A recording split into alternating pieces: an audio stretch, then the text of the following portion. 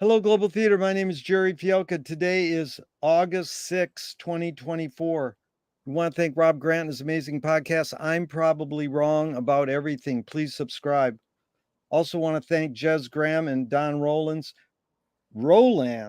for introducing me to our guest today, Will Bernard, and this is part two. Where in the heck you calling in from, Will? Brooklyn, New York. How cool is that? The first question, this in part two, is can we escape time?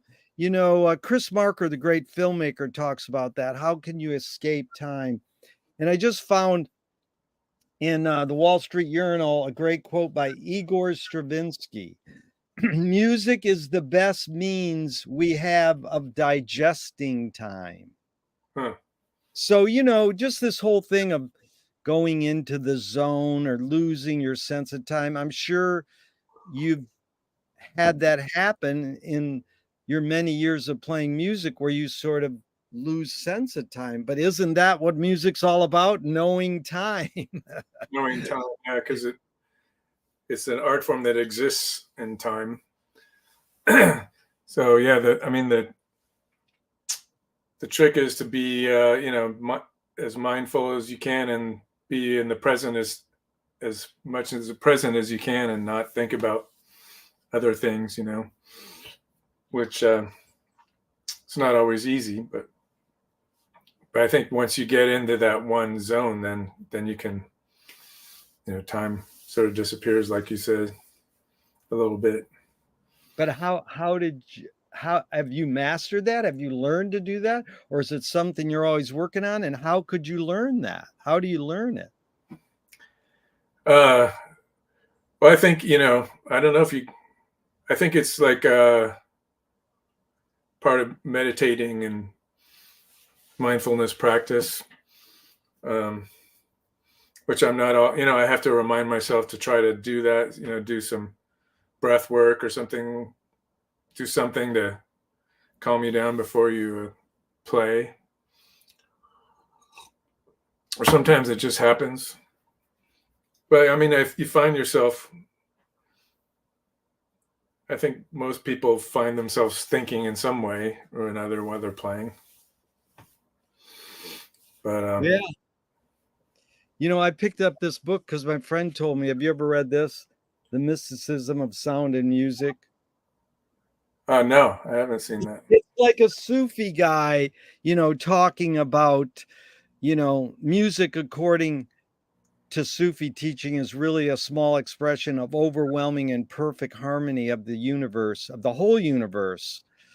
And that is the secret of his amazing power to move us. So, I thought it's interesting that Igor says that because he gave lectures on how music doesn't mean anything. And, and we want to install into music or use it as a vehicle to have meaning. It's sort of like when Frank Zappa would mock lead guitarists, he would look up to the sky and put his mouth up and go, like, the whole posing thing, like I'm really into this moment and I want to entertain you with me being overcome by the power of music. And like, I just wonder what you think of the Igor quote, music is the best means we have of digesting time. What is that word digesting? How do you suss that out? Because that's rather interesting that a guy who says music doesn't mean anything says it's the best way we have of digesting time. Huh. Maybe to be, yes, I don't know what he meant. It's hard to, what do you think he meant? I mean, it's funny because it goes back to Cage said his, mindful teacher, his Eastern philosophy guru told him that the function of music was to soothe the soul and make it susceptible for divine intervention. So, okay. So I mean, that's sort of like, oh, well, I'm getting in the zone and I'm going to, go with the flow. like you especially you learn the craft so well that now, and then you said you like the early avant-garde guys, Ornette or Albert Eiler or whoever, and then you learned the groove music and you became known as more of a groove and a funk and a blues guitarist, jazz guitarist, and now you're sort of leaning more towards going into the improv world. I'm kind of doing everything all at once. Well, that's even better. So how do you juggle it? Because I mean, But, do you think more is but is I mean, actually, what I was been thinking about is, especially when you mentioned Sufi musicians, and because like world musicians, quote unquote world, yeah, um, they have like there's a guy who lives down the street from me here, Hassan Hakmoun, who's a Moroccan Gnawa musician. yeah. Have you heard of him? No, but I'd love to look him up. Yeah. Hawkmoon. He was signed by Peter Gabriel on Real World Records, and he worked with Don Cherry and this percussionist Adam Rudolph. Oh, I know Adam. Yeah. Yeah, who I just met like a year or two ago with Bill Laswell. We did a recording session. Nice. I hadn't really known his work before very much, but he's very much into that. Those guys are into that trance, like losing yourself. Yeah.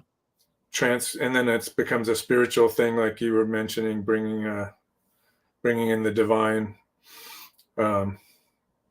And there was a guy we used to play with back in the '90s with Peter Affelbaum, who was from, I believe, from Morocco, and he would talk about, we would try to bring the jinns in, the genies, DJIN, jinn.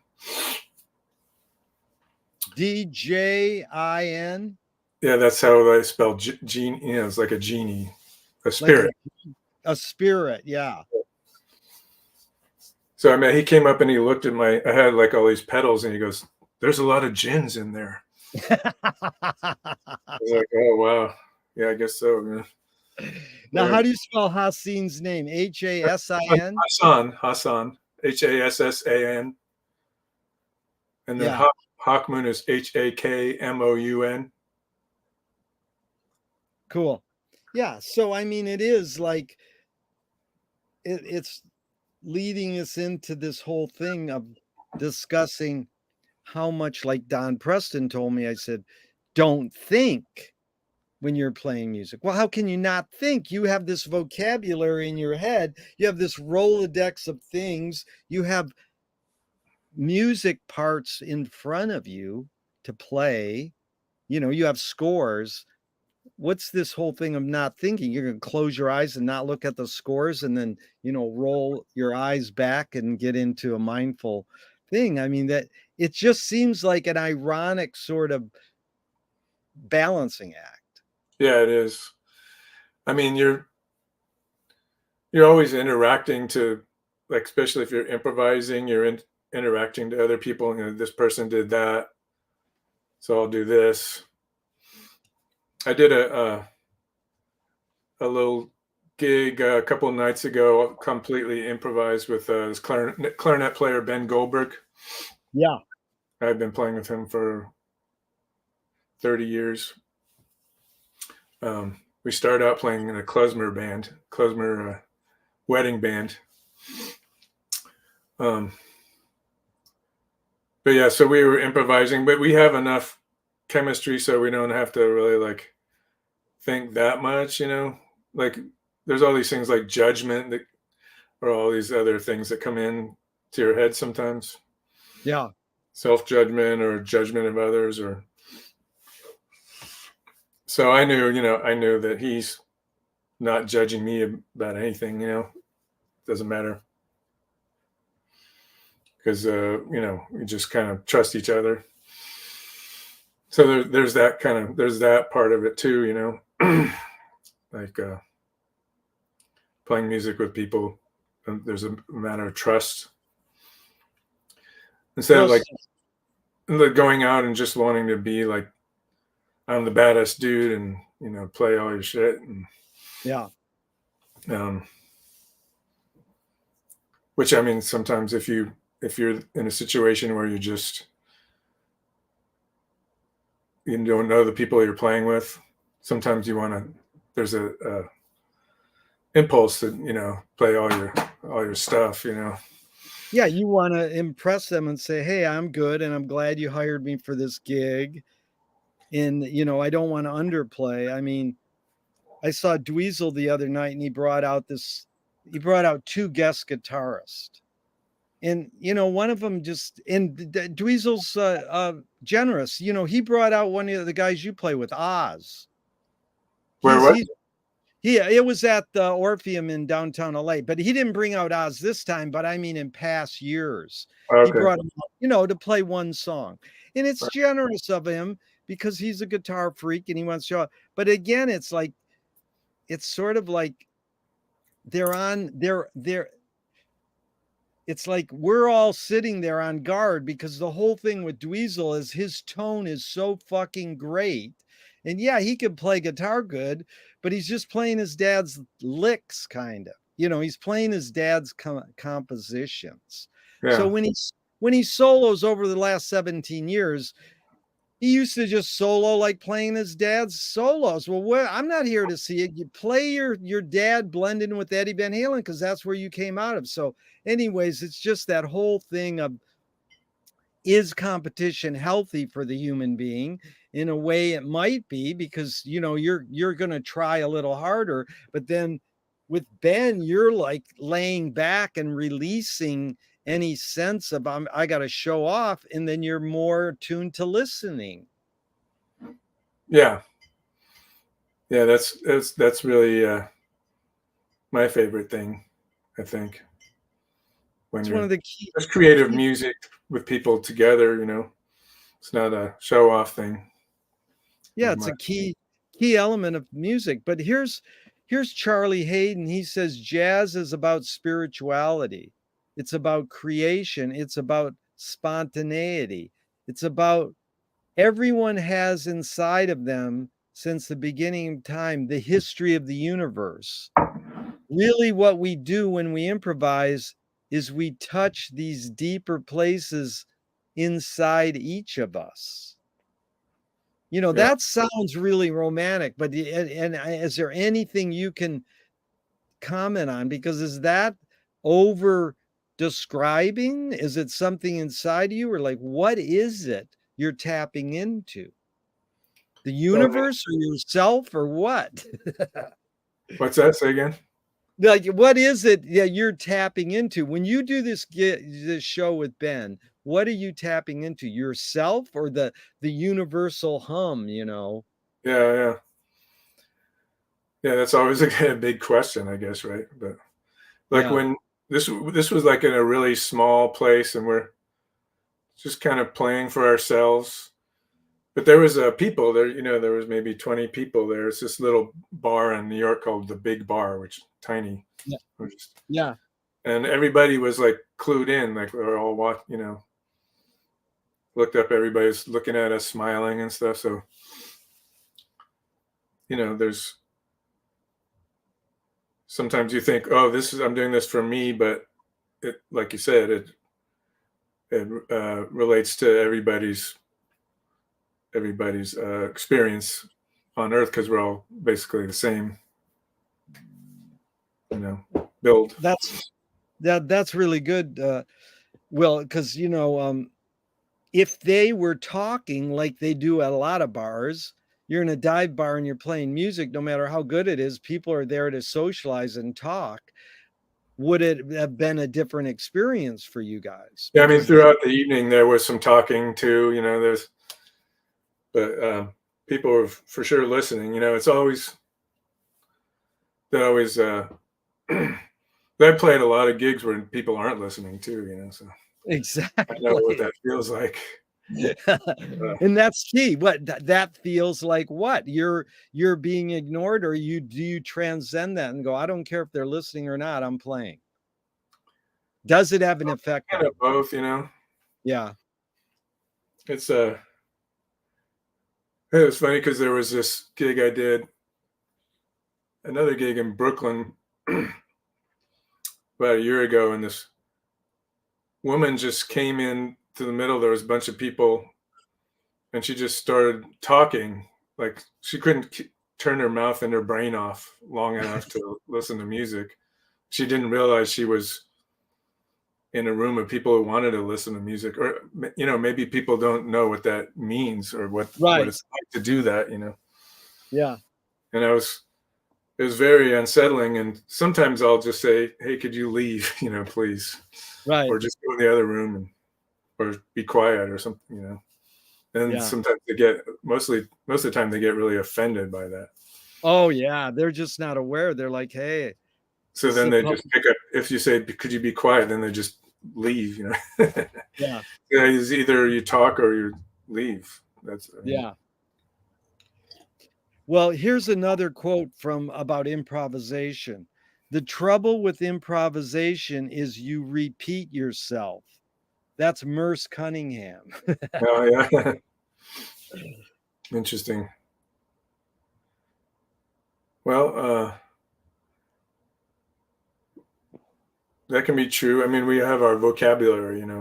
We learn our vocabulary and we draw from it. And even if you're like trying to throw that all out the window and just start afresh, then you're going back to that the last time you tried to do that, start afresh. You're like, oh, that's what I did last time I started afresh. So I mean, being a composer, you repeat yourself all the time too. I mean, Yeah. it's funny because I like to draw, and I've been drawing a lot more lately, Yeah. draw, paint, and stuff. And I always used to like draw something, and then okay, that's same thing with music. Sometime composing, I'd draw it, and it's like, well, I can't do anything. That's it. But then like lately, I've been thinking, well, that's a sketch for something I could do again. I can just do that again, and that's how you look back and the famous artist. That's millions of sketches and preparations for something they're going to do later. And Yeah. you can look at your whole life as like you're sketching towards something, or but Yeah. also it's nice to be aware of that plasticity where you can doesn't have to just be this thing. You can change it or edit it. I I think was just maybe that's what gonna say you that. learn over time. Yeah. I was just gonna say it's ever revision is part of the artist never stops making their piece of art, and like Zappa said, is the big note. He just composed one big note his whole career, you know, and Yeah, it's forever changing. He's always repeating themes. And then because it's a time-based medium, you gotta put it on a CD or on a YouTube video that then, "Oh, that is that done? Yeah, well, I guess it's done for then," you know? yeah. But, I mean, yeah, that's a great. I mean, he's a great example because he was always the conceptual continuity idea where you take something and then it evolves into something else. And he was always repeating themes, and that's it. The comment by Merce Cunningham was, according to Douglas Dunn, who did not that Merce did not favor improv. He set every step. Well, you're setting every note when you're improvising, because once you hit that note, you set it, and then you're going to set the next one.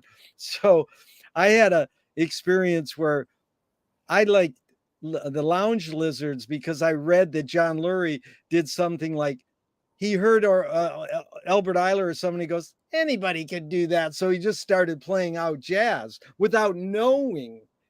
I don't know how true this is, but I read it and it inspired me. I says, I can, because I played Louie Louie on the piano for like 20 years and taught myself to improvise like Keith Jarrett, according to my taste. And it's just like same thing over and over, just learning how to improvise. So then I started playing with other people, and they were just amateurs or non-professionals, and we'd play out improv music. And then my wife's a pro, and she had this guy who studied with Cecil Taylor play sax, And I said, dude, you should come and play with us at this art gallery. You don't even have to prep or anything. Just come in and play 30 minutes with us. So I'm banging away like Cecil Taylor, and the bass player's just going, and the sax player plays. And it's a great 30-minute set of improv. And he turned to me at the end. He goes, dude, you have to go home and practice. And I loved it because I basically had to say for people in the future I invited, like, dude, I'm not really good. I'm not good. I'm going to play off of you, but not probably as good as you're going to play off of me because you're a pro musician. And then I had this trumpet player play with me who played with, Art Ensemble and John Lee Hooker and everybody. And after he played with me, he goes, that was great. So then I knew it was like, well, how do you judge out improv music? Like, it's sort of like the field I'm in, experimental film. It's like art is anything you can get away with, but there are some practice standards that people who excel, like yourself, have learned. And then you can, like, maybe go out more authentically. I don't know. Well, I mean, there's sort of preconceived notions about what free improv should sound like. Like if you go out to hear a typical free improv gig, you kind of sort of might have an idea what it's going to sound like before you go there. If it's, a certain Right. certain group of people, can be that what you think of is like very frenetic, no groove, like saxophone Like when, just like when I playing saw, constantly. yeah, like when I saw Derek Bailey at McCabe's, it was him solo, and I knew what I was getting into. Yeah, I mean, there's this sort of preconception of that early improv years that people think that's what it sounds like, and often it does. But I'm always trying to not be that, go in that direction necessarily. Like I would like it for people to come. If I was doing a gig like that, they wouldn't know what it's going to sound like before they come. That is so good. That's what I heard defined as experimental music is you don't know what was going to happen. Right. I mean, that's to me like real improv and real experimental music. I mean, it's not real. I mean, there's like, I'm not going to mention names, but there's some famous people around New York that are very famous, and if you go to their gigs, you kind of know like certain what it's going to sound like, Yeah. But that's true of like, a lot of music. Like if you go see, yeah, you're going to go see a straight ahead jazz-ish thing, you kind of, that's going to, you already kind of have a picture in your mind what it's going to sound like, or a funk gig. My friend loves Wayne Shorter, and he went and saw him, and he said it sucked.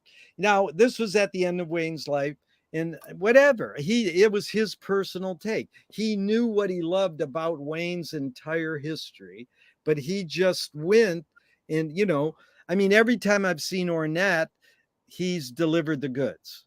But, you could see how, like the Dead are a great improv band, but they suck whatever, a huge percentage of the time, or they weren't successful, and they knew it, but that's how they kept going. Yeah. So, but see, I guess, there I was being judgmental also, there's a certain judgmental thing. Right.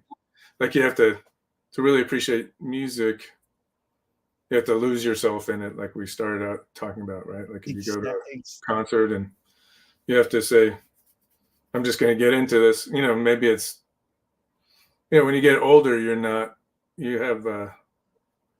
there's less stuff you like from you have higher standards, or you don't want to waste your time,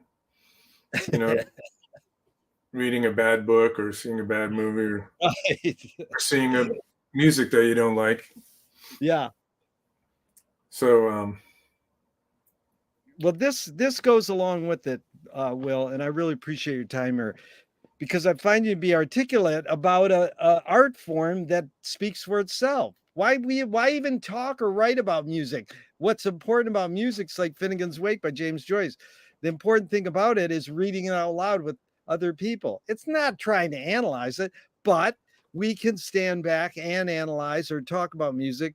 The beauty is that it's an art form that happens. And this is a book, Milan Kundero's book, Unbearable Likeness of Being. He says, this is why I love writing, because the character that I'm writing about can go further than I can. hmm. Now that sounds romantic and poetic, but that sounds bullshit. Like, oh yeah, your pen is writing a character and then it goes further. How does that happen? And isn't that what a guitar solo or composing a piece of music for you? Does that happen? The reason I love writing music is because the music that I'm writing can go further than I can. Well, that made me think of well, because I studied composition and I went, I got a degree in music composition and classical music, and I was always writing stuff I couldn't play. It was like, this violinist can play anything. Of course, they can't, but if you don't know any better, then you're just like, well, those guys can play and read anything. Yeah. Then I just write this stuff. I can't play it. I can barely play it on the piano, but then, so that might be a little bit like that. And then, of course, Zappa, he was always writing stuff that went further than like his own guitar playing or his own. Well, that's when he hired Kronos. No, the Kronos Quartet hired him to write a piece, and they said, "Hey, we can't play the third movement; it's too hard." He goes, "Then drop it." Drop it. Yeah, forget it. Don't play it then, because Oh, he he said, well, there was three movements. They played the first two or something like that. But he said if he would have had the synclavier, he never would have went on the road. And I thought that was total bullshit because he going on the road is what he sang about for 20 years or right. 25 years. And then that was living life because he could have the synclavier play something that a human couldn't play. And then Mike Keneally came along and played one of the riffs that the synclavier played. And he goes, okay, you're hired. So, I mean, Well, who it's wants to just, listen to a bunch of synclavier music? I mean, I don't know. Every say it once in a again. while. I mean, I remember that record, the synclavier. What is that? Jazz What's from it? Hell. Yeah. Jazz from Hell. I mean, I don't want to listen to that record that much. No, I never got into it. I You want know, to hear. Yeah. But all the power to him. And I mean, he got Stockhausen's house band to play his orchestral music at the end of his life, and they were good. They could play it. When he hired the LSO, they didn't play his music as good as he wanted. So, Shelly Manne said it all. I asked him, what was it like playing with Frank Zappa? He says, that dude knew what he wanted and he got what he wanted. Now, he didn't always, it's hard to write music and then have it played exactly how you envisioned it. right? It's but yeah, I mean, sometimes it could be better than what you envision, and you don't quite realize it. Right.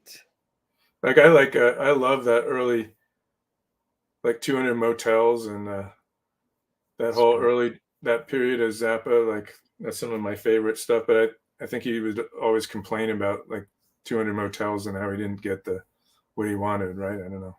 Like Well, out of the music and stuff, orchestra. he he would complain about the orchestra, but 200 Motels is a masterpiece. I mean, New York Times called Frank the Orson Welles of rock, but Dweezil played a piece from Semi-Fraudulent, uh, uh, whatever, from 200 Motels the other night. It was the best piece out of 2.5 hours. Because every Zappa cover band plays 50-50 and Cosmic Debris, and it's all good. It's a good era. But man, when they played that Semi-Fraudulent, it turned a rock band into an avant-garde orchestra, Mhm. sounding like Nadia Boulanger, uh, jerking off Quincy Jones and Aaron Copland or something, I mean, yeah, I mean, it's funny because a lot of people don't really like that 200 Motels, or I mean, it's not one of his most popular things he did. Yeah, I don't, but, yeah. but for me, it's like kind of my one of my favorites.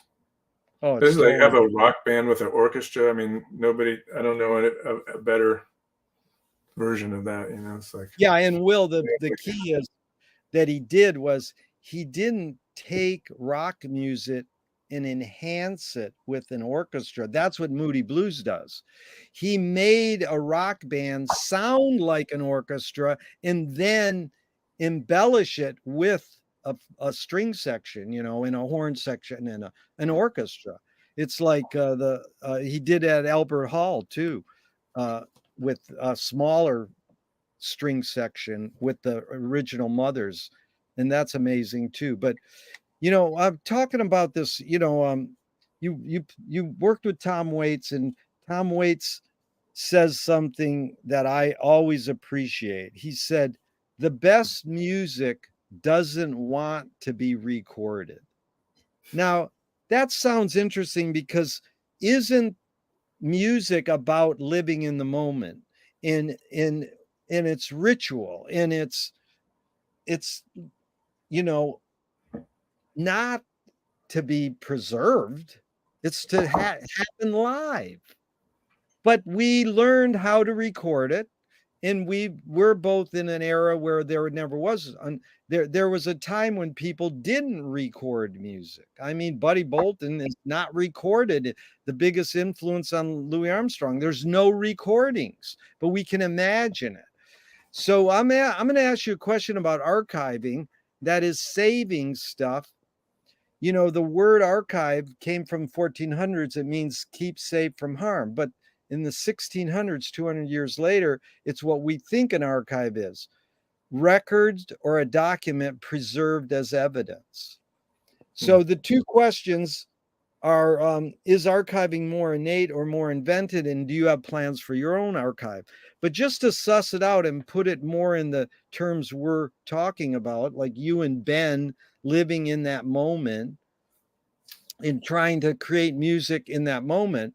That's what Charles Baudelaire, the poet, said: if you try to make a statement long, deep, and rich, it will age very fast. If you try to only own the day you're talking, it will last forever.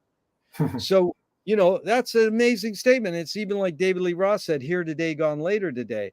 It's the Buddha, Ram Dass, be here now, live in the moment. In fact, Wyndham Lewis said, artists live in the present and write a detailed history of the future. So, do you think that humans invented archiving, or is it in us innately? or is it what? Oh, In innocent, us innately. innately, yeah.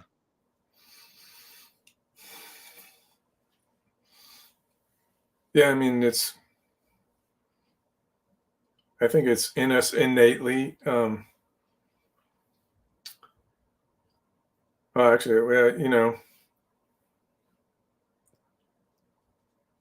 well, I was thinking about how in Africa they didn't write stuff down for a long time, and they had these griots. Yes. So they would teach their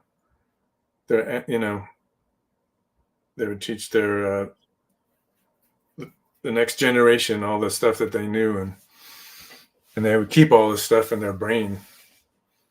Incredible, like, memories of stuff that generations and generations of,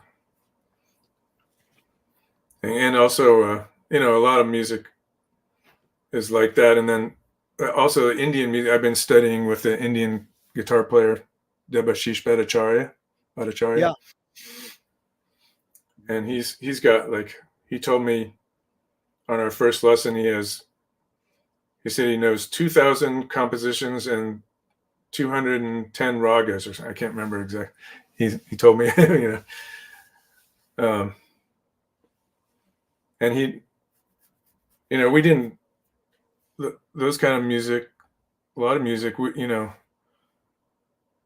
we came in and started notating. I mean, the Europeans Right. at some point where it wasn't notated before, you know. Um, and well, Indian music is notated, but still it's mostly oral, you know. Um, but It's the oral tradition, and it's like, does he have 2,000 sheets of music for those compositions, or they're in his head? yeah, they're in his head. Yeah.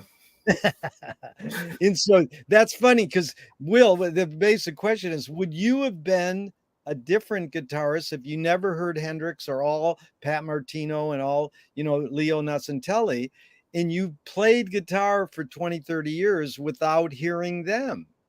How, it's Of like, course. yeah, or if you heard them live only and you couldn't play back, that's the better question. Like, you could only see him or hear him live, and then, as opposed to having records where you listen over Oh, and over. oh, and then how much of it would you remember, or how Yeah, much of it would rub off? Yeah, I mean, I'm not Mozart. I don't have a, you know, photographic memory. That's for sure. But I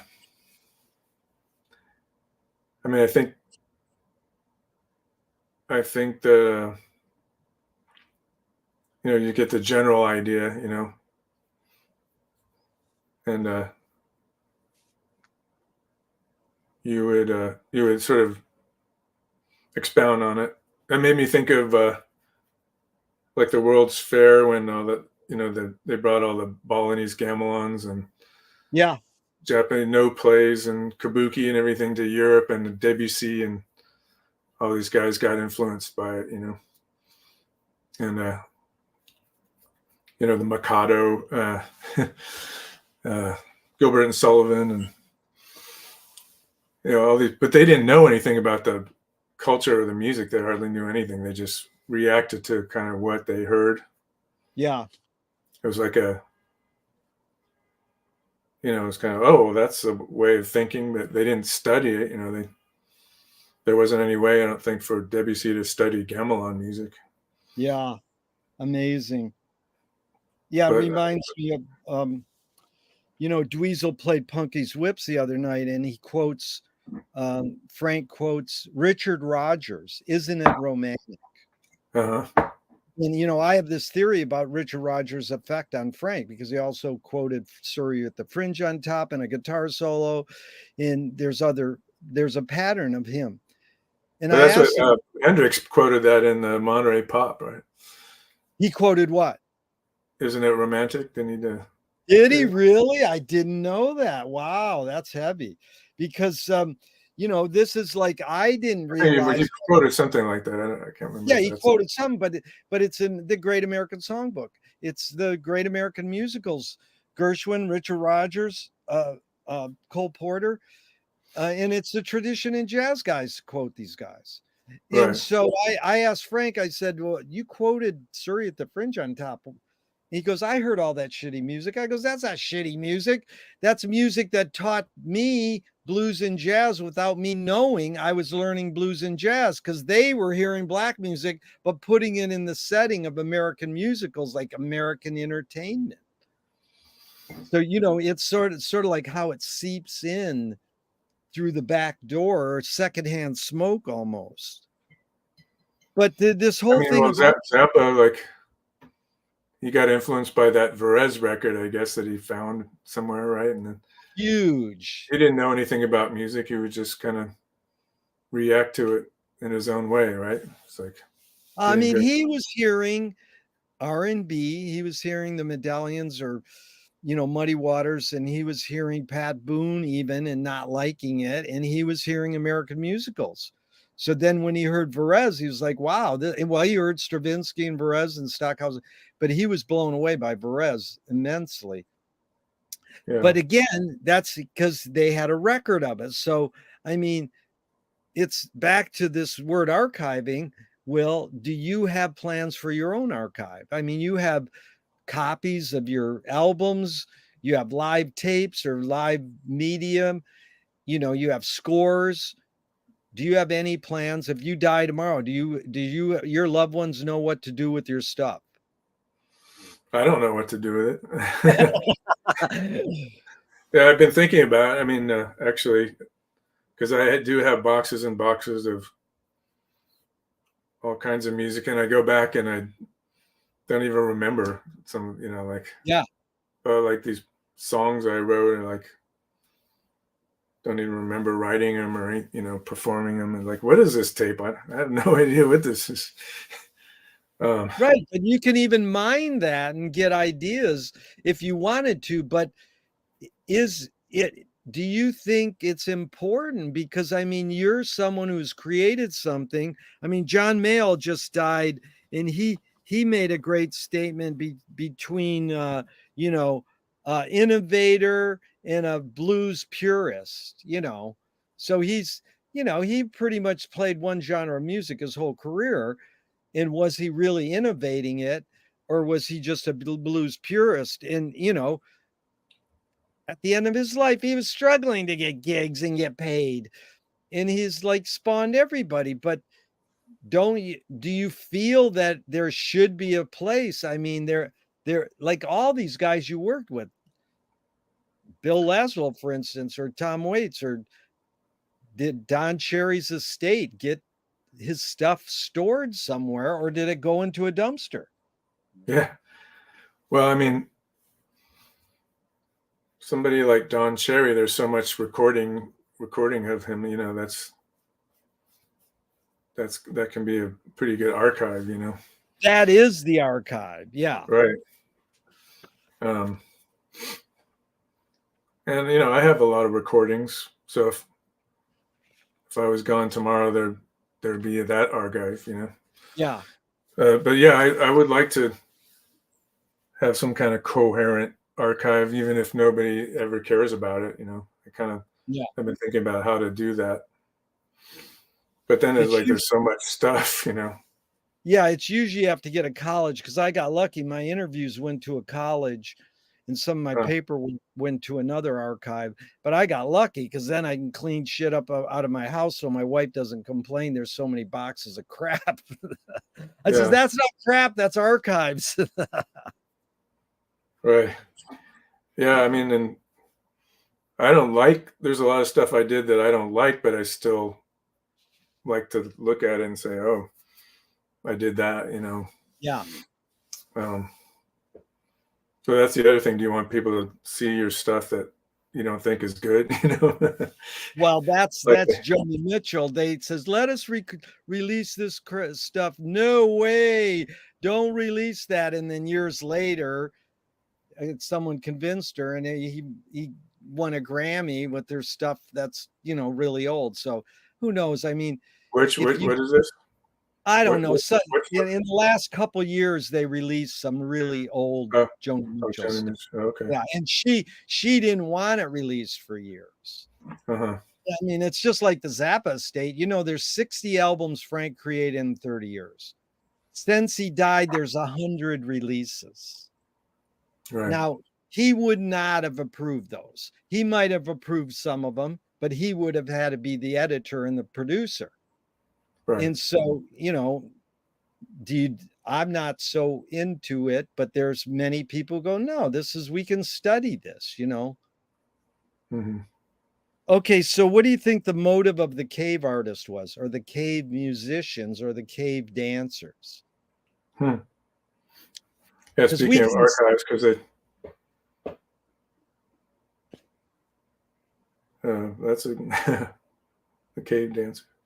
yeah, like your guess, because the problem there is we have cave art, but we don't have cave dance or cave music. But we know they were creating stuff back then, or I'm sure they were. But what was their motive? What's your guess or hunch? Well, I mean, a lot of it was kind of practical, right? Like to to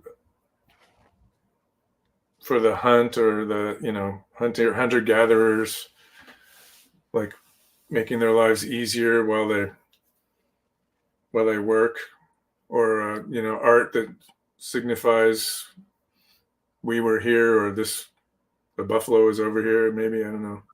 Yeah. But like in African music, a lot of that music is,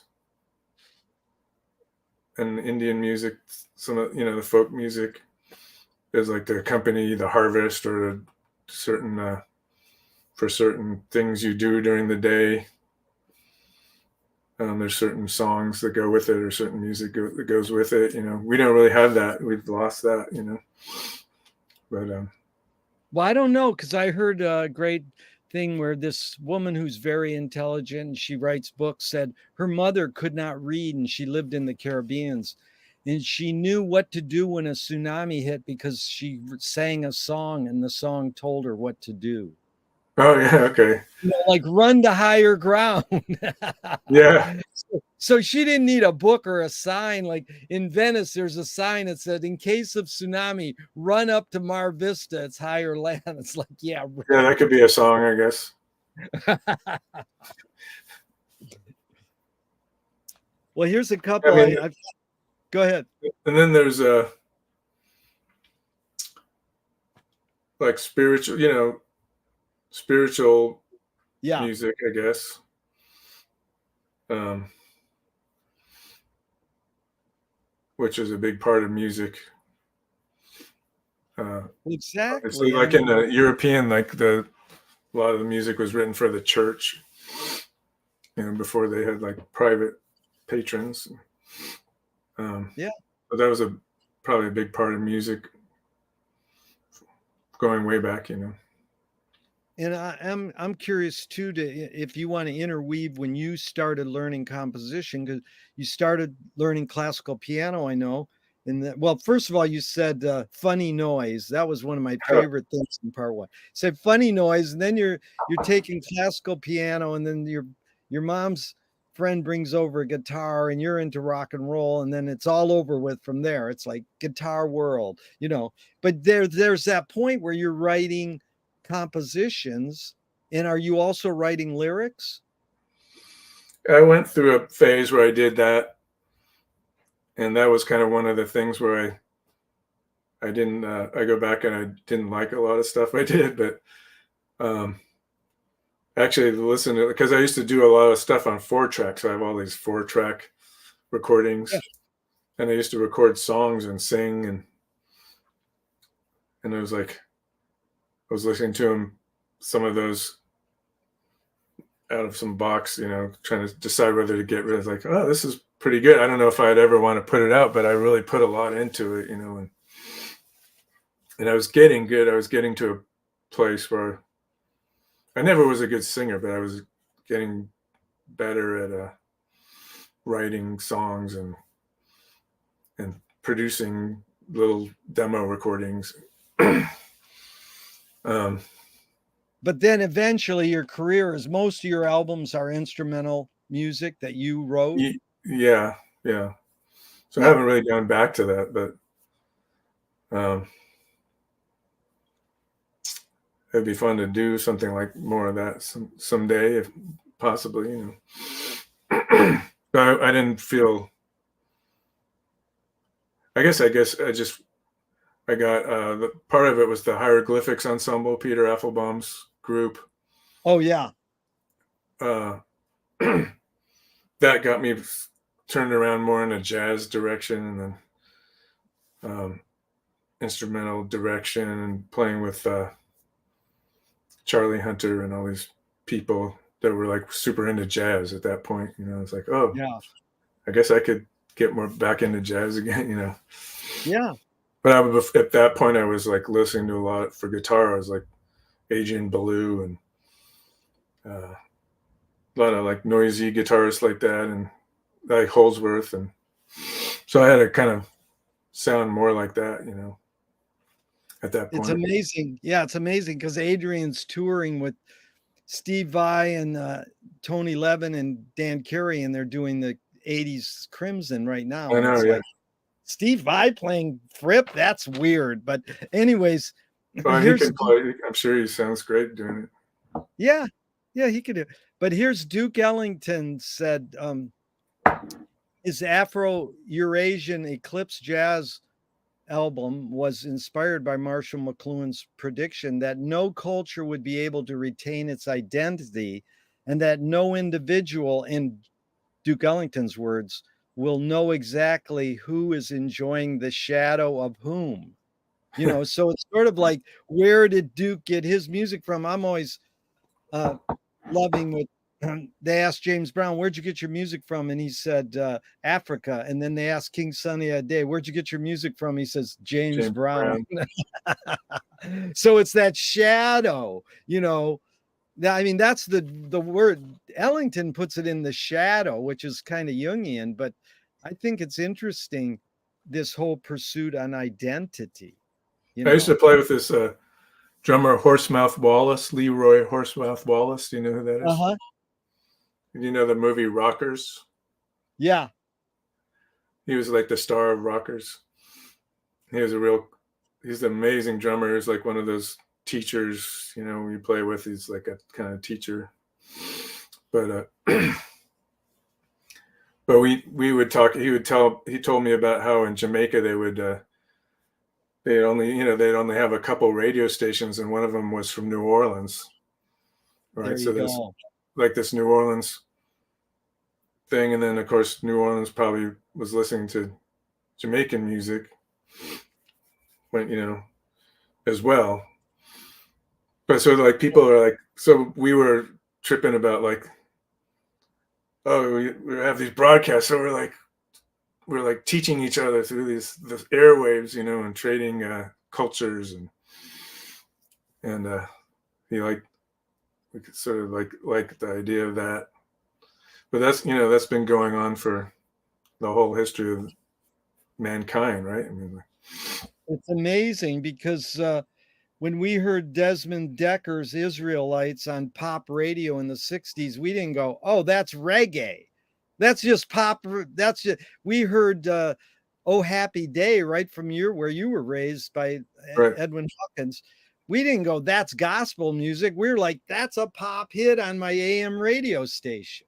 You We know, used to play that in our elementary school band. it's one of my favorite songs of all time. It's Yeah, amazing. It is a great song. yeah. But then it made me think of like how like the meters, how they all those songs with the bass and guitar double the bass, double Yeah. the line, and then you listen to Bob Marley, it's like same thing, a lot of reggae. That's a key to a lot of reggae music. It's really, and you talked about that in part one, how Leo taught you or told you about layering. Oh yeah, yeah. I love that Leo word, layering. That is so Layering cool. technique. Yeah, the layering technique. Yeah. But here's Gurdjieff, he said music can function as food for human growth and evolution. So he spoke about in the East, the simple single note of a snake charmer's music is drawn out. The inner octaves are going on, rising and falling. So the melodies of the inner octaves are inaudible to the ear, but are felt by the emotional center. So the snake hears, more strictly speaking, the snake feels and obeys. Hmm. And then Pauline Oliveira says this is the same for people, but it's a little more complicated. Like Uh-huh. how music affects us, or how the musician can manipulate the human's emotions. Yeah, yeah. In the Indian music ragas, they have specific emotional descriptions. Like, well, this one is like there's a little bit of sadness and a little hope and a little this and that in the raga itself. So like they mapped it out, kind of. They mapped it out. That's good because I know you worked with Ja Utah, who's one of my that that one album by he does with Don Cherry is like my Flip. wife and I. That's the album we fell in love with. You know, that's Really? an oh, it is amazing music. It just gives us the chills every time we play it, you know, or hear it. And I Do you know know you the work. one that's called? Do you know the one that's called Shiva Station? I don't know that one. Tell me about it. Oh, that was. I think that was the best one I played on. I think. Um, I can't remember. I think we did 3 records. But yeah, he was my best friend for a while, and we would hang out almost every day. And he got me way into Indian music in the '90s. Yeah. But Shiva Station was produced by or mixed by Bill Laswell, Oh, was it really nice? and I think Bill might have mixed another Jai record, but we all went to Bill's studio in New York one day while he was mixing it and watched him work, which I don't think he was too happy about, but it was an Well, amazing experience. he's had a huge influence on me because when I read that he, every album he makes, he wants to remake On the Corner by Miles. Oh yeah, and you know, he's from Detroit. We're about the same age, and his music's all, I mean, just merging everybody from, you know, Pharoah Sanders onward. But I actually interviewed on my podcast several months ago the guy who's been his engineer for 25 years. And I oh says, his big, James Della Tacoma, was it named uh, James? he lives in Grass Valley, California. I have to Oh, look up his, oh, I like a forgot. live engineer, you mean? Yeah, I Oh, think it's a live engineer. I'm not sure, but wow. he I said, how is Bill's health? Would he be willing to do a podcast, you think? And he goes, hey, maybe. Is he the type who would do one, you think? Maybe, but he's not very well these days. His health is Yeah, pretty bad. yeah. So let's do a few more philosophical questions, but definitely return to music whenever you want. What's more important, conviction or compromise? Conviction, of course. You've accomplished you've accomplished a lot, Will. In your accomplishments, how do you rate these three elements? Luck, skill, and ambition. What played the biggest role, second and third? Luck, skill, ambition. Um,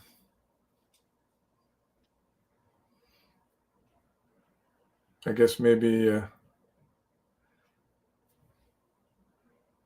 that's a good one. Ambition, ambition, skill, luck.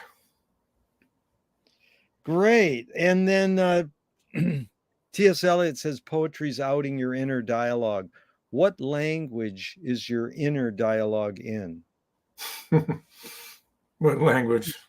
I'm glad you're laughing, man. That's like when I asked George Carlin's daughter all these questions, she would crack up, laugh, then she'd take a deep breath, and then she would answer. Because I'm about having fun, but you know, it's just off the top of your head. I mean, yeah. My inner dialogue. Well, I mean, the obvious one is English, but Yeah, but like more metaphorically. What form? metaphorically, Yeah, like more like what form is your inner consciousness in? what form is it in? I don't know how to answer that. That's all You right. You stumped know, me. say it again. You stumped me. Oh no, that's fine. I'm not out to stop you. I got to tell you, Abigail Child, you might know her. She's a great experimental filmmaker right there in New York.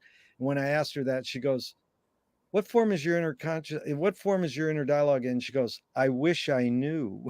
Yeah, yeah, that's a good question. Yeah, maybe it's worth investigating more.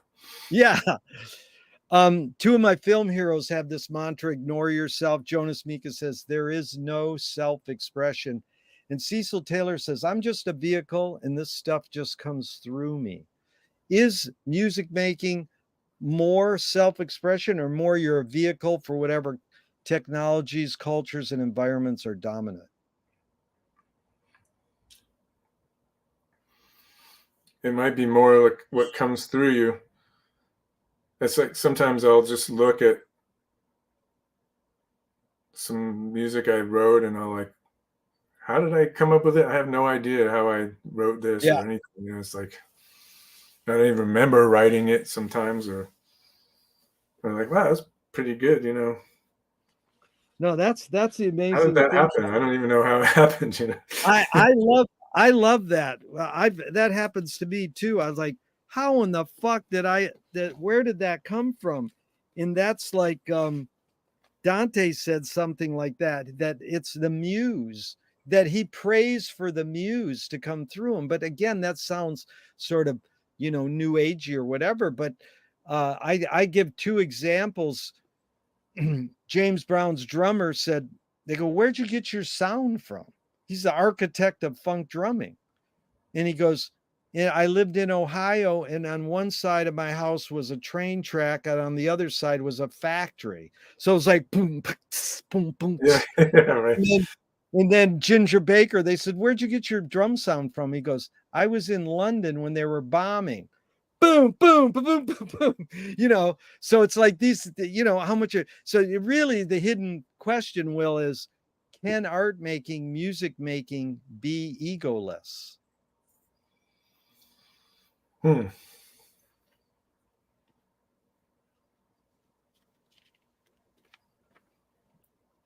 Yeah, I mean, like, yeah, I think it can. I think most of the time it's not. Yeah. But I think, again, some of the spiritual traditions, like you want to think like these Ganawa musicians or African musicians that or musicians that are like in a group in a village, and they're doing stuff to doing these ceremonial music events. You like to think that's they're trying to be egoless anyway. Oh, yeah. I mean, and that's uh, yeah. I don't. Yeah, I mean, it's. I remember one of my meditation teachers a long time ago said like, and this was Vipassana meditation where you're meditating and then you're like you get like finally you get to a place where you want to be, Yeah. and it's like you're like, damn, I'm doing this really good, or you're patting yourself on, or you're like the ego Right. comes in, and then all of a sudden everything just falls apart like right away, because it's That's like you're trying to get away from that ideally, I you're think. trying to get away from that, and then you come back. That's like a guy goes to his guru and he says, "What's the best question I can ask you?" And he goes, "The one you just asked me." uh, So Will right. is oh, go ahead. uh I was just thinking about my Indian guitar teacher. A lot of times, like, we'll do a lesson, and the first 5 minutes is like he's talking about, well, there's like I ask him a question, how do you play this kind of ornamentation or something, and then he'll like, well, the sun comes out, and then the rain, and then he goes through this whole thing about like nature and all this stuff, like for like 5 minutes, and I guess that's real important for him to teach me that. That's that, exactly it. Yeah. Is and perception but part of me is like, yeah, yeah, yeah, but how do I play this thing? Yeah, but It's like, you're linear. You're an American white dude like me. We want to know, okay, give it to me real and straight. right. But it is I think the important thing, Will, is that you can hear that and you can understand that that's different. And that's the whole key. we are who we are, but, it's like Alan going back to Alan Watts, he said, "Everybody's trying to figure out who they are. If you figure out who you are, you're fucked." You know? So it's like that resonating interval. It's like the space between the notes is what's important. So the space between you getting your lesson and him saying that, that's what's important. So is perception reality? No, not necessarily. Yeah. Lewis Carroll says, I believe as many as 6 impossible things before breakfast. Have you believed in any impossible things lately?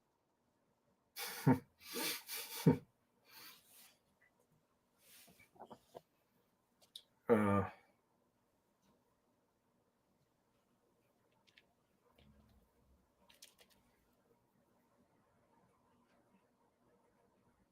uh, might believe in anything. I always feel like there's, I guess maybe not recently, but Yeah. Well, I it's wish funny. I did. Yeah, well, it's funny because of all magazines, The New Yorker quoted Sun Ra. The impossible attracts me because everything possible has been done and the world didn't change. That's good. So tell me one major element of your willness creating music that stayed the same and one element that's changed in the years you've been doing this.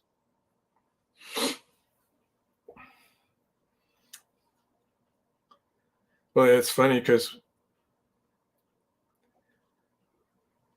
like, well, I used to play jazz, and I, were best friends in high school.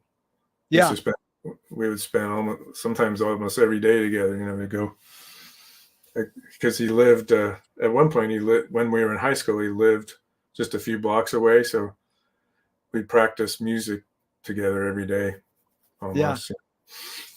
And he was kind of more advanced than I was. He was from New England and around all the jazz, all the music from there, and yeah.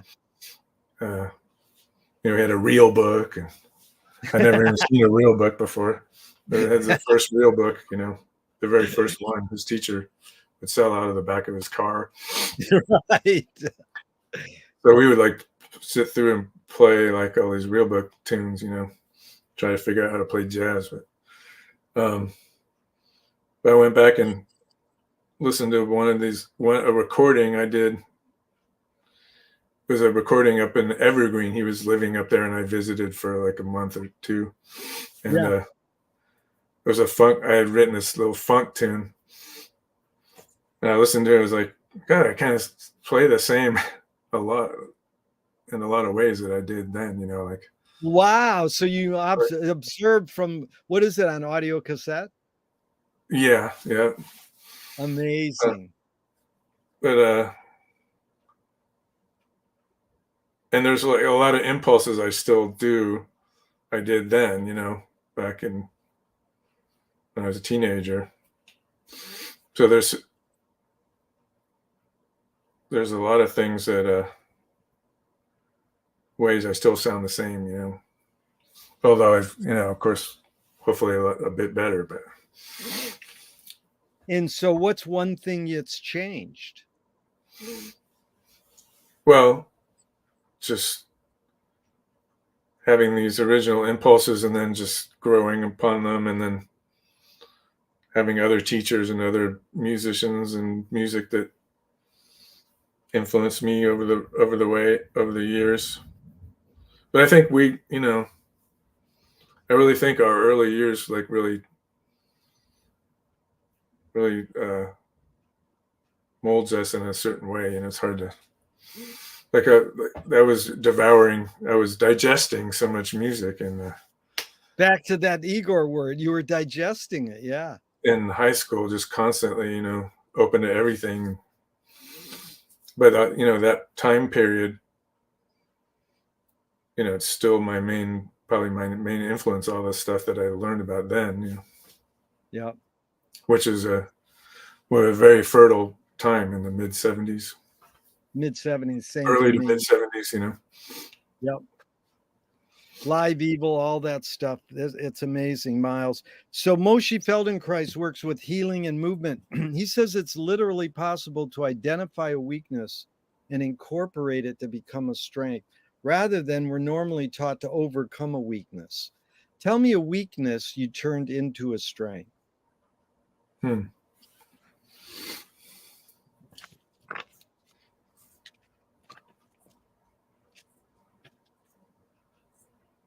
Well, I mean, I've always been kind of introverted, and I was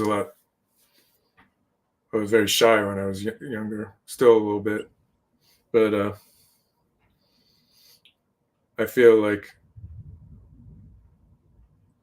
when you're introverted, you go, like you spend time.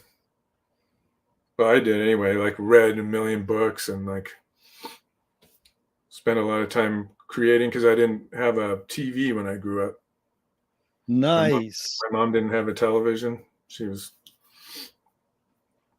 my father had one, but I never had one. So it would always be about reading or drawing or doing something. Um, so I feel like that all that time I didn't go out partying, every night or every weekend with all the high school kids. Yeah. I developed, a lot of skills and knowledge, And then I did it, and then I blew it all later, partying later. And now I But watch it's TV. But, Oh, and now you watch TV. Yeah, that's good. Yeah, there's a great cliche. It used to be wine, women, and song. Now it's TV, beer, and the old lady. right, right, yeah. Well, that goes right into this education thing that McLuhan said. There's basically, it's misleading to suppose there's any difference between education and entertainment. And it's always been true that whatever pleases teaches more effectively. So I'm Hmm. curious your thoughts. Being an educator, people come to you and ask to learn guitar from you. Um, how do you process that? Whatever pleases teaches more effectively. I've been asking this question for years, and about 2 weeks ago, a guy goes, "No, whatever displeases teaches you more effectively." So it's sort of like, what does more effectively mean, or just any thoughts on that? Whatever pleases teaches you more effectively. Like, how do you approach the guitar teaching, act? Do kids just come to you and go, "Oh, will you teach me the latest Taylor Swift song?" And they know what. Yeah. I don't Go teach. ahead. I mean, I don't really teach a lot of kids. I mean, but I'm not that kind of teacher. Yeah. But I do try to hook my students with something that like to give them that aha moment, or Yeah. they'll something they'll want to latch on and be really pleased to learn. That connection, some kind of connection, or something that will help them right away do something they couldn't do before. Yeah. But what's funny is when you mentioned that, for some reason I was thinking about American film music and Yeah.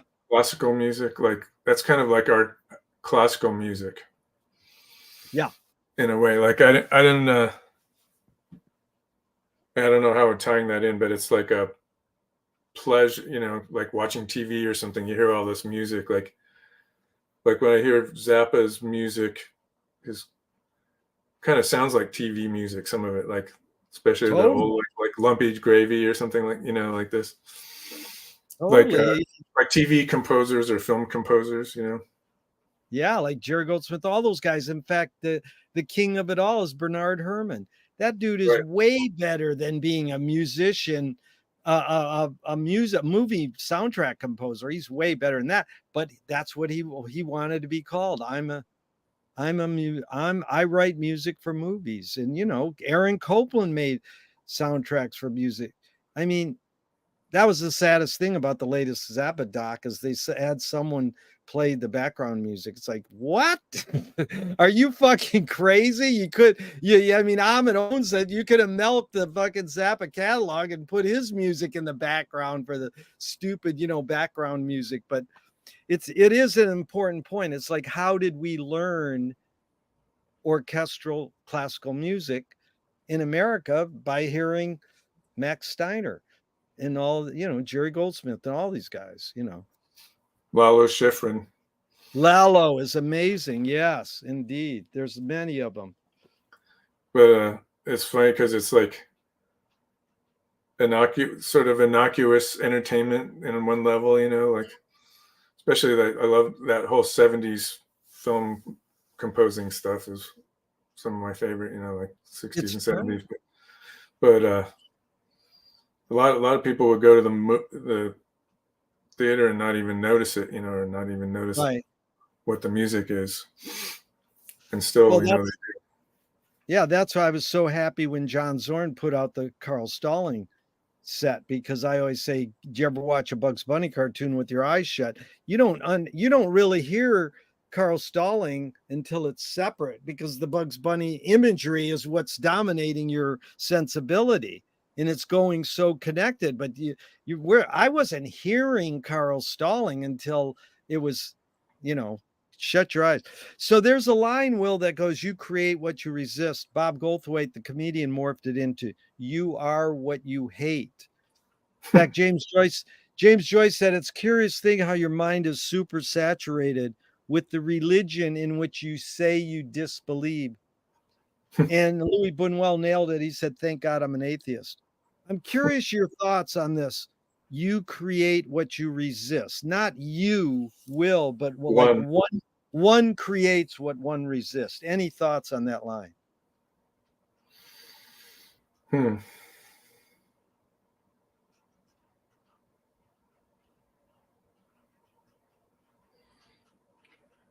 Well, I mean that sometimes resisting is not a good thing, like for illnesses or for like chronic Yeah. situations, like trying to resist uh, well, anything, like it can create problems. Yeah. um, I know that's the first thing I was thinking about. That's not a sort of a negative connotation, but Yeah, it's building up immune system, sort of. That's how homeopathy is. They give you a little of the disease, and then your immune system builds up.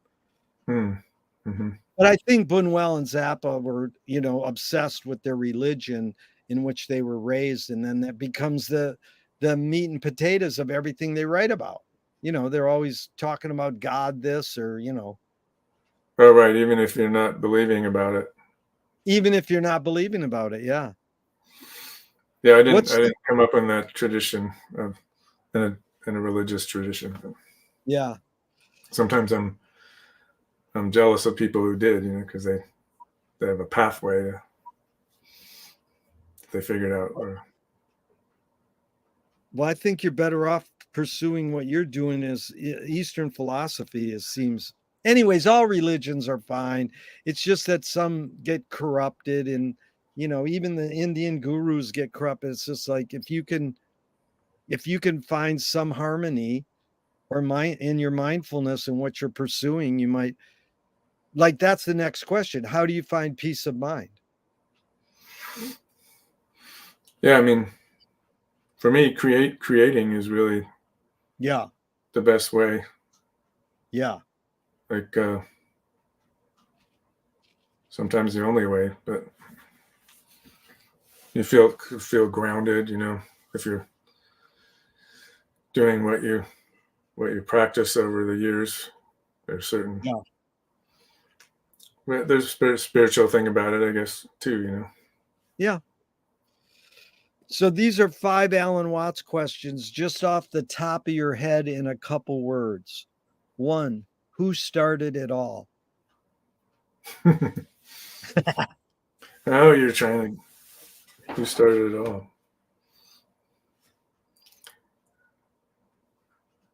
Who started it all? Can't answer that one. 2, are we going to make it? Are we going to make it? Yes, I think so. One way 3, or another. 3, where do we put it? Where do we put it? These are Alan Watts. Yeah, Is there's 5 Alan Watts questions. Yeah. that these are Zen koans or something? Well, I mean, Where do we put it's, it? yeah, Put it lightly. nice. 4, I've never had that answer, Will. 4, who's cleaning it up? We all have to. Very good. And 5, is it serious? It is serious. Okay, a Today. couple more. Today. That sounds like my mom. I said, can I ask you a bunch of questions? She goes, yeah, but I'll answer them this way today, and maybe tomorrow I'll have to answer them differently. I said, that's all Right, right. exactly. Yeah. Yeah, I'm not holding you to this. Okay, if you were walking down the street today and you met yourself as a 12-year-old, what would you say to your 12-year-old self? um, keep doing what you're doing. You're on the right path. Keep doing it. Yeah, that's the question. I asked Dr. John all these questions, and that's the one question he said, I won't go there. I felt like it was a little too voodoo, like time travel for Oh him yeah. to. Yeah, he's You like, asked him all those other 5 questions. I asked him pretty much all the questions I've asked you in part 1 and part 2. I don't, sometimes it varies a Is little. that available to stream somewhere? Yeah, Is that? it's on archive.org. Oh, Yeah. I got to see that. Yeah. It's the quality is horrible because I did all these for years on audio cassette machines, Oh, okay. and the machine I did it on was this really sturdy audio cassette machine, but it was a radio, and because it was a speaker phone next to it, it had a little buzz. I don't know. Some people say they can hear it. I need to have it transcribed, but it Hmm. is like kind of have it listen to it on headphones. I don't know. It might be unlistenable. It was fun though. He was really, you probably heard a lot of what he said, but okay, a couple more and we're out of here. Which way should toilet paper come off the roll? Over or under? Over, of course. If a publisher was to release your autobiography off the top of your head, what would the title be? Out of context was the first thing. Good. They want to scent the glue in the binding. What smell? Oh, the scent in In the my glue in the autobiography. binding of your autobiography. Yeah. Chamomile tea. I like that. If a statue was built in your honor, where would you want it displayed and what would it be made of?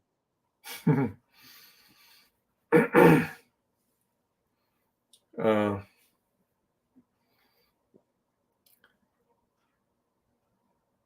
it would be made of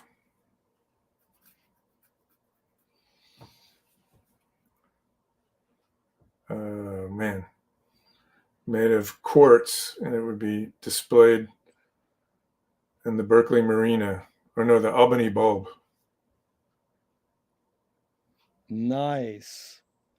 I just don't hold me to that one. I'm not holding you to any of these. Well, okay.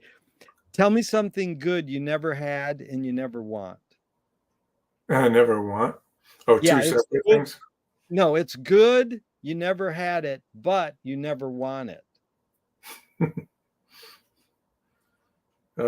Skydiving. That is a decent answer, dude. It's good. You never had it and never want it. Okay. If you were in a vat of vomit up to your neck and someone threw a bag of shit at your face, what would you do?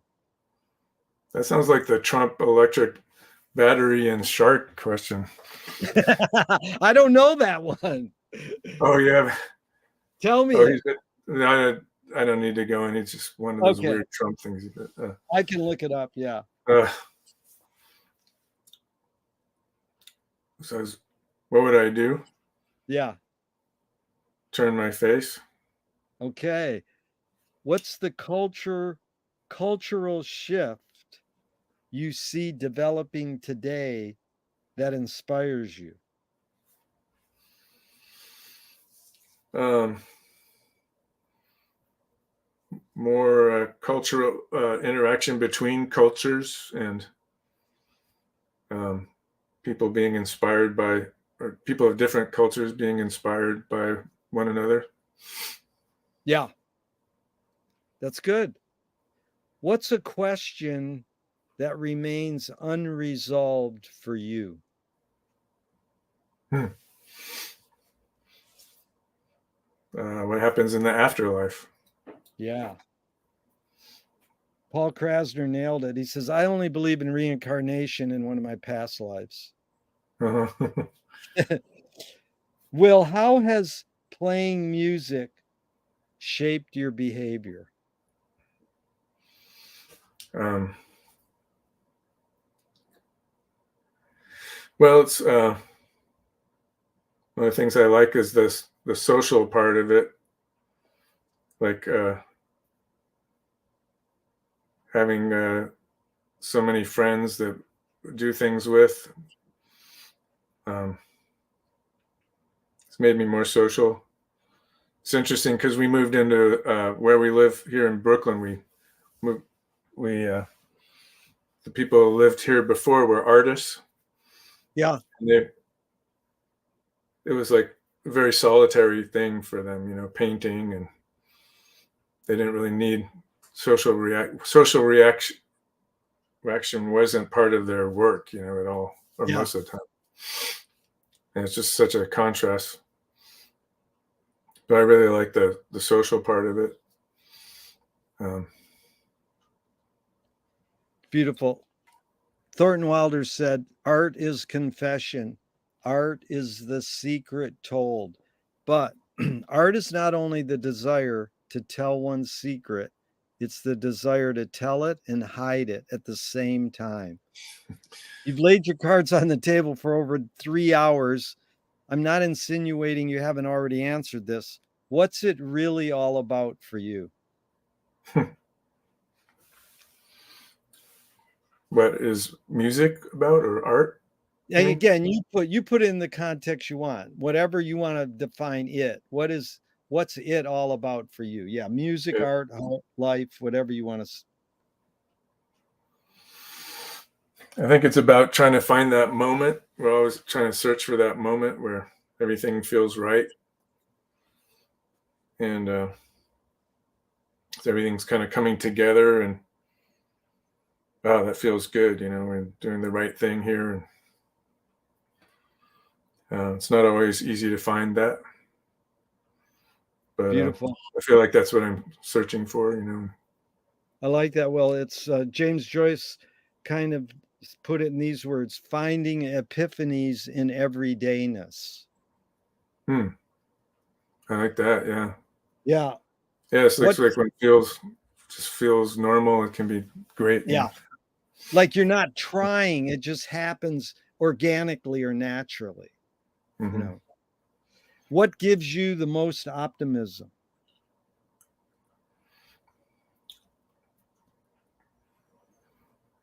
Um, I think the fact that there's the people in the world mostly think the same way, that they want Yeah. happiness, and they want peace. Yeah. I feel like most people do. I mean, I'd like to think they do. Yeah. No, that's a commonality. That's I just wrote an essay called "Can Art Stop War?" and it's like people think, "Oh, we're hardwired to be violent." It's like, No, we're not. We're hardwired to be cooperative and find a commonality in peace. And I agree with you. I think most people are, you know. Yeah. I mean, people feel like they have to, sometimes they have to go to war to maintain their peace, right? That's bullshit, in my opinion. I hate people. I don't like when people go, "Well, that was a justified war." I said, "No, it isn't. No war's justified." And I don't like people who say they support the troops. I don't support the troops. If a guy signs up to go kill someone, hey, I'm not interested. I mean, my dad got a Purple Heart in World War II, but then he babysat so his kids could go protest the war. So, like he understood it's peace that we want to propagate, and that's in our blood. It's not war, but who knows? I mean, most people that if I'm just trying to say, if they fight, if they have to go fight, it's the reason is to so they can maintain their peace, or what they Well, that's what right. they what they perceive to be their peace. Yeah. Perception, Because there's the there's word. no Like, other question, or no other. They don't see any other way to do it. yeah, it's like But then there's James. others that like fighting, obviously. Yeah, it's like James Brown said, if somebody hits me, I'm going to hit him back. Martin Luther King says, if somebody hits me, I ain't going to hit him back. So Hmm. who knows if we're hardwired for that or not? Could be survival. I just more so try to propagate the word you said, peace, instead of saying, why say stop war when you can say propagate peace? You know, it's sort of Yeah, like William Blake said it, we become what we behold, you know. yeah. So But yeah, it's very disturbing, all the warlike activities going on these days. geesh, But you'd think we'd learn by now. It's come on. I mean, if anything, we should have invent AI that fight each other so that people don't have to fight wars. Let the robots fight. yeah, yeah. That's a no-brainer. But it's really been a pleasure, Will. It's like the first question I asked you was, what's the best thing for a human being? Wilhelm Reich said the best thing for a human being is another human being. In the last question I asked you, what gives you the most optimism? That's what they asked Groucho Marx at the end of his life. And he said, other people. Hmm. So it's sure been fun spending this time with another person, especially because it was you, Will. I really appreciate all your music and your guitar playing. You really enlightened me a lot about guitar and all these philosophies. And do send my love to Donald. I really appreciate him introducing me to jazz and you. It's really been a pleasure, Will. Thank you so much. Thank you. And yeah, give Don a call when. Yeah, I don't have long distance. He has my number. Say, hey, Jerry, would love to talk if you want to call him. Just let him know. But it's not like turn it on so he calls me every other day.